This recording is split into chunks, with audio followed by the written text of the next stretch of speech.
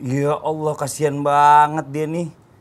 Ya Allah, padahal baru kemarin ketemu. Perasaan di sini beritanya happy deh. Situ kasihan. Iya, kasihan banget. Kenapa? Padahal baru kemarin ketemuan, ngobrol-ngobrol Ya gitu kan. Allah. Sedih banget kalau ngeliat teman begini nih ya jamaah, apalagi kalau misalnya kita tahu tuh dia tuh kayaknya gimana gitu. Dia Baik. pengen mempertahankan rumah tangganya. Ya walaupun kita nggak tahu sebenarnya permasalahan dalam rumah tangganya itu apa Oh, gitu. permasalahan rumah tangga. Iya, Subhanallah. Ya Allah. Gimana kalau kita bahas aja? Oh, boleh. Kita bahas di Islam itu Indah hari ini, insya Allah temanya ketika rumah tangga diambang perceraian. Nauzubillah min zalik.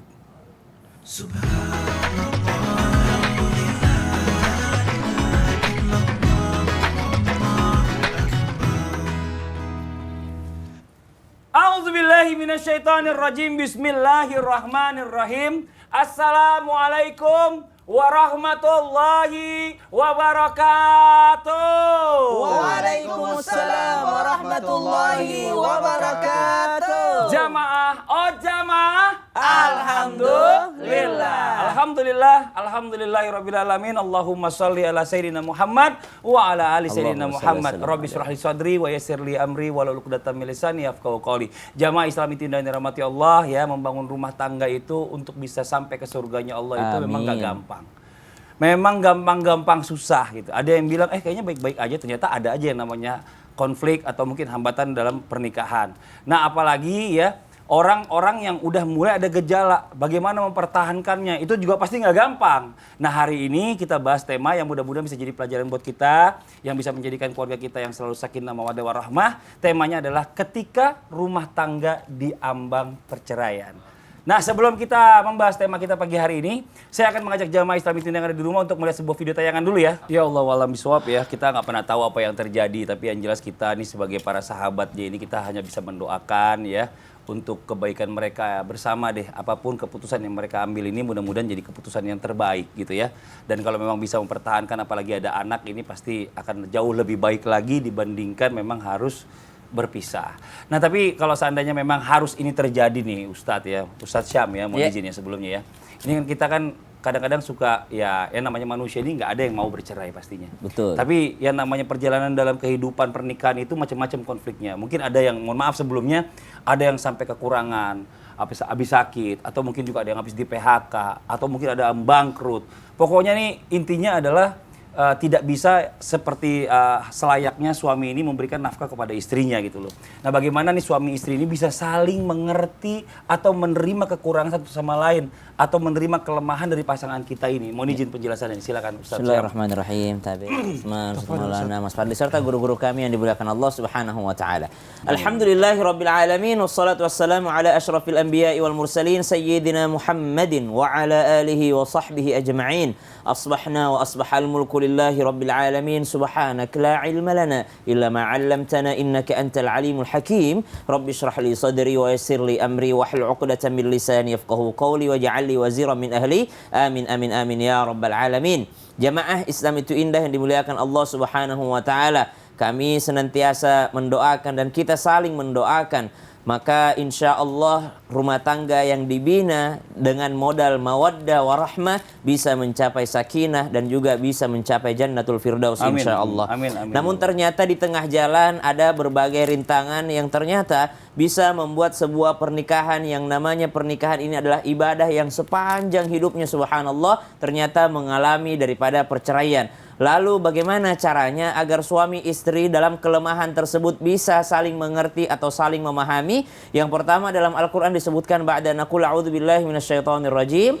ولا تهنوا ولا تحزنوا وأنتم الأعلون إن كنتم مؤمنين. Jangan kalian bersikap lemah, jangan merasa nggak punya apa-apa ketika mungkin nafkahnya berkurang, ketika mungkin nafkahnya tidak seperti dahulu ketika masih sehat, tidak seperti dahulu ketika masih menjabat. Subhanallah, jangan kalian merasa lemah, kata Allah Subhanahu wa taala. Wala tahzanu, dan jangan pula kalian merasa sedih. Karena apa yang membuat hilangnya lemah dan sedih ini? Apa yang bisa mengobati keduanya? Wa antumul a'launa in kuntum mu'minin. Karena kalian beriman. Jadi kalau dia beriman kepada Allah Subhanahu Subhanahu wa taala, beriman kepada takdirnya Allah, beriman kepada hari akhir, insya Allah rasa lemah dan rasa sedih itu bisa hilang.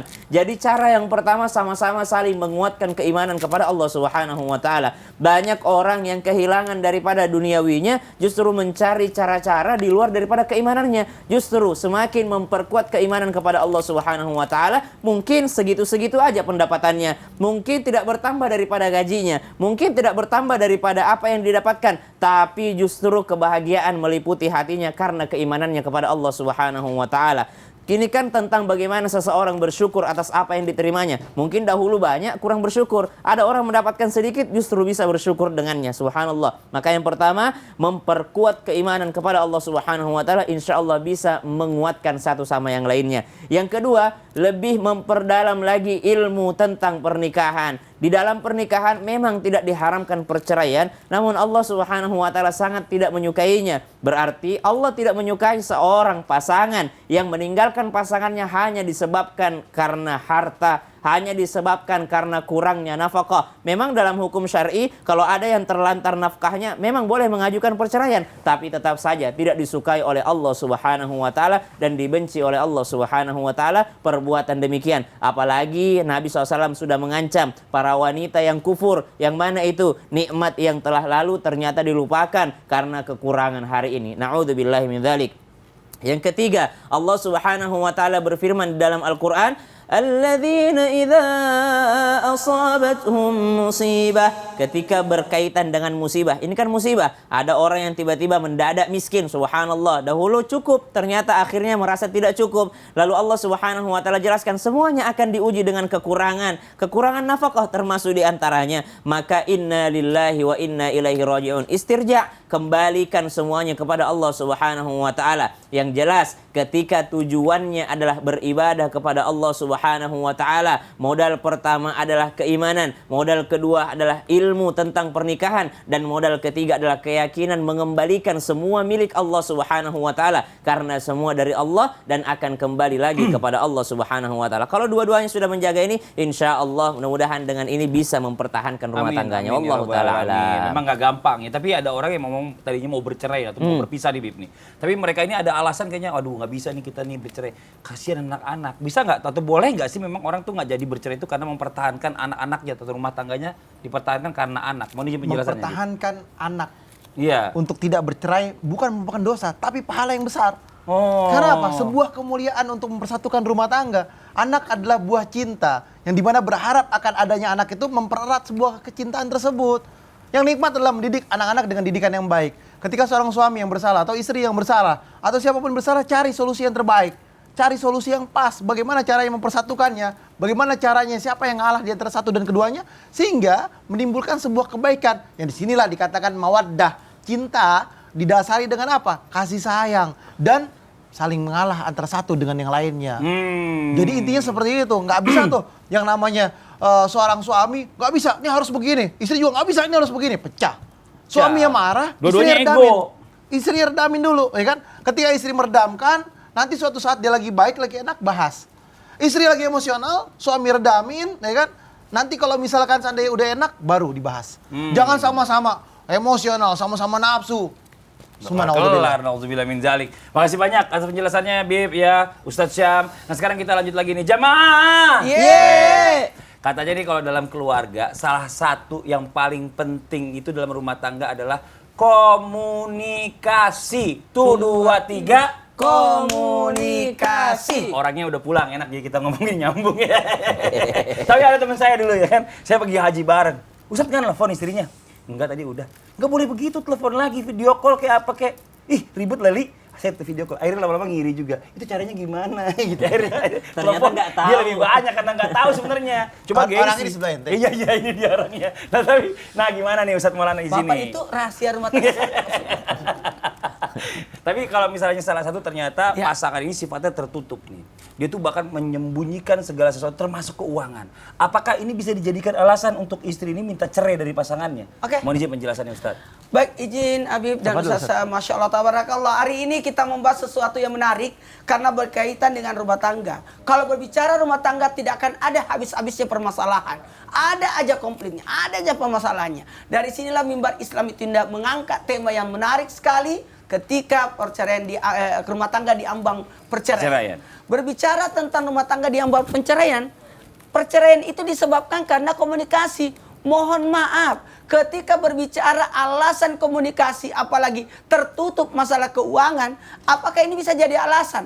Sebagaimana apapun alasannya, sebenarnya Islam mengajarkan bagaimana kita menjaga hubungan rumah tangga itu sebaik-baiknya. Karena ibadah terlama adalah ibadah pernikahan. Nah, kalau berbicara konteksnya tentang adanya mohon maaf perceraian karena disebabkan komunikasi, jawabannya iya, bisa jadi iya. Karena komunikasi itu penting dalam rumah tangga.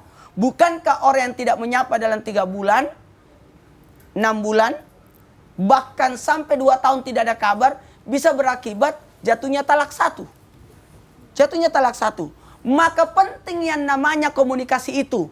Mohon maaf tanpa menggurui, tanpa karena menyudutkan siapapun. Saya tidak membela siapapun. Tapi sebaiknya komunikasi itu penting.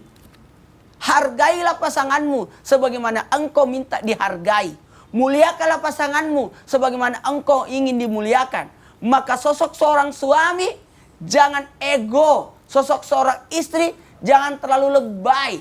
Dua-duanya ini harus bersinergi dalam hubungan rumah tangga yang namanya mawaddah, sakinah, mawaddah, warahmah. Bagaimana bisa sakinah? Bagaimana bisa tenang? Jikalau konflik itu ada pada konflik tidak nyambung. Iya. Makanya Islam menganjurkan namanya sekupu. Sekupu supaya bisa nyambung, supaya tidak tenang. Maka diperbolehkan, mohon maaf, jikalau memang membahayakan rumah tangga. Diperbolehkan kalau ada dosa di antara keduanya. Diperbolehkan kalau membahayakan di antara keduanya. Dari beberapa pasal tentang undang-undang pernikahan, itu diperbolehkan jikalau pasangannya itu sudah membuat, maaf dalam hal ini suami ataupun istri, sudah melakukan dosa besar yang tidak mau bertobat. Entah itu murtad atau entah itu melakukan dosa yang mohon maaf berzina, kemudian dia tidak mau bertobat. Itu alasan, itu bisa jadi alasan. Kemudian ada juga yang membahayakan kondisi rumah tangga karena berakibat bisa membahayakan dirinya. Maka komunikasi itu penting. Semuanya bisa diselesaikan dengan komunikasi. Tapi kalau mereka tertutup, tidak mau terbuka, bermasa bodoh, ini juga membahayakan. Maka perihal ini sangat penting dalam rumah tangga, keterbukaan. Perihal masalah keuangan, itu penting. Jangan sampai, maaf, nauzubillah, summa nauzubillah, menyebabkan terjadinya rusaknya rumah tangga karena, mohon maaf, tidak memenuhi kebutuhannya. Tidak melaksanakan kewajibannya. Lalu ada yang terzalimi di antara mereka. Karena kenapa? Bahaya ini. Hei. Uang kok disembunyikan. Uang kok diumpet-umpet. Tidak boleh seperti itu. Kalau ada dapat uang tambahan, beritahu dong pasangan. Jamaah, kita lanjut lagi ya jamaah. Yeay. Nah, tapi ada nanya nih sama saya nih. Ya, ini kita coba tuntasin dulu. Karena Tuntasin ada dulu. laki-laki ini berbicara kalau dia ribut sama istri selalu ngomong begini. Ya udah, kita urus sendiri-sendiri deh diri kita Allahu masing-masing. Akbar. Nah, ini pertanyaannya. Pertanyaannya, apakah ini termasuk talak dari laki-laki kepada istrinya? Bismillahirrahmanirrahim. Allahumma sholli ala Muhammad, Muhammad. Allahumma Ente sholli karang lihat ala kane, jadi ane jawab. Iya, Ente nggak nyebut aneh kan nggak nyebut, tapi ada dilihat, sama aja kan? Ya udahlah. Ingat, mulai hari ini ada kalimatnya. Mulai hari ini. Iya. Urus aja diri sendiri. Nah. Jadi mulai hari ini kamu urus aja diri sendiri. Diri masing-masing. Aku nggak akan pernah balik lagi ke rumah kamu. Astagfirullah. Nah. Selamanya. Nah, Berarti ada kalimatnya. hidupnya nafsi-nafsi dong. Nah, berarti nafsi-nafsi, maka ini adalah talak, dijatuhkannya dengan namanya talak kias. Atau talak yang dikategorikan adalah talak bahasa isyarat dengan tujuannya adalah talak. Maka ini jatuh talaknya. Saya pulangkan kamu ke orang tua kamu, jangan kembali lagi. Ya kan? Ketika seorang mengatakan bahwasanya saya pulangkan kamu ke orang tua kamu, selamanya jangan kembali lagi ke tempat saya. Nauzubillah min Nah, dzalik. Kalau misalkan saya pulangkan kamu ke rumah orang tua kamu, nanti malam saya jemput. Itu nggak, jangan salah. Itu mah cuma main doang namanya. Iya. Atau saya pulangkan kamu ke orang tua kamu. Tapi jangan lama-lama.